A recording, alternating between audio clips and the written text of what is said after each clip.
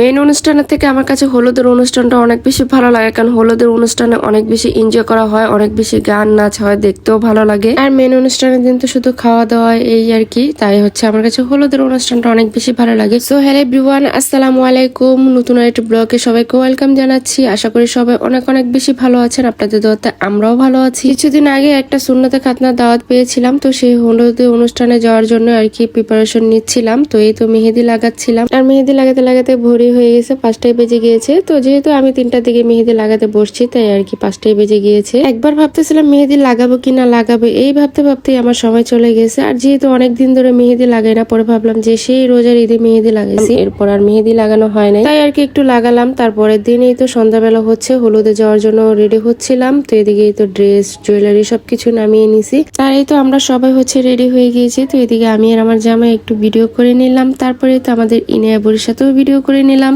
আর এই তো আমরা সবাই মিলে চলে আসলাম হলুদে। আর এই তো মা খালা সবাই মিলে আমরা হলুদ দিতে চলে গেলাম বাবুকে, কিন্তু বাবু তো হলুদ দিবেই না, কিছু খাবেও না। ওর বাবা ধরে রাখছিল শুধু ভিডিও করার জন্য। তারপরে এদিকে আমরা হচ্ছে সবাই মিলে একটু ভিডিও করে নিলাম। আর আমরা কিন্তু সেম ড্রেস পরেছি, সবাইকে কিন্তু অনেক বেশি সুন্দর লাগতেছে, সেম ড্রেসে দেখতেও ভালো লাগে। আর এই তো হলুদের পর হচ্ছে আমরা সবাই মিলে খেতে বসলাম। তো খাওয়া দাওয়ার পর যেহেতু গান নাচ হবে, তাই আর কি তাড়াতাড়ি করে খেয়ে নিতেছিলাম। আর এই তো নাচা গানা শুরু হয়ে গেছে। ইনিয়া বুড়ি তো গান শুনে নাচা শুরু করে দিয়েছে, ও অনেক বেশি এনজয় করতেছিল।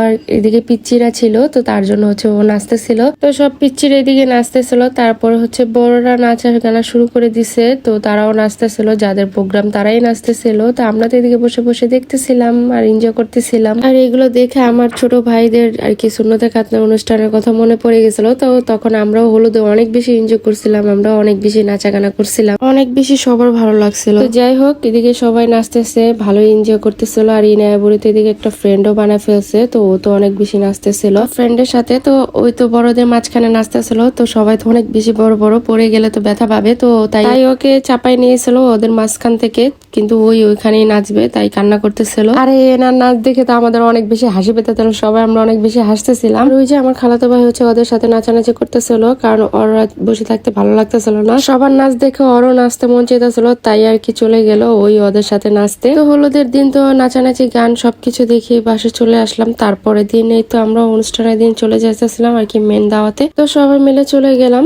দাওয়াতে। তো এদিকে আমরা একটু সবাই মিলে ফ্যামিলি গ্রুপ আর কি ছবি তুলে নিতেছিলাম, আর কি একটু ভিডিও করে নিতেছিলাম। আর এই যে ইনিয়া বুড়ি আমার সাথে ছবি তুলতেছিল। আমার জামাই তো আবার আগে আগে চলে গেছে বাসায়, যেহেতু আর একটা কাজ ছিল, তাই আর কি ওর সাথে আর ভিডিও করা হয় নাই। তো এদিকে সবাই খেতে বসছে আর কি। তো খাওয়া দাওয়া শেষ করে আমরা সবাই এদিকে একটু রিল্যাক্স হইতেছিলাম, দাঁড়ায় দাঁড়ায় আর কি বসে গল্প গুজব করতেছিলাম। আর এই দাওয়াতে যে খুব ভালো একটা অভিজ্ঞতা হয়েছে, সেটা আর নাই শেয়ার করলাম। তো আজকের মতো এদিকে বিদায় নিচ্ছি, দেখা হবে নেক্সট ভিডিওতে। সবাই ভালো থাকবেন, আল্লাহ হাফেজ।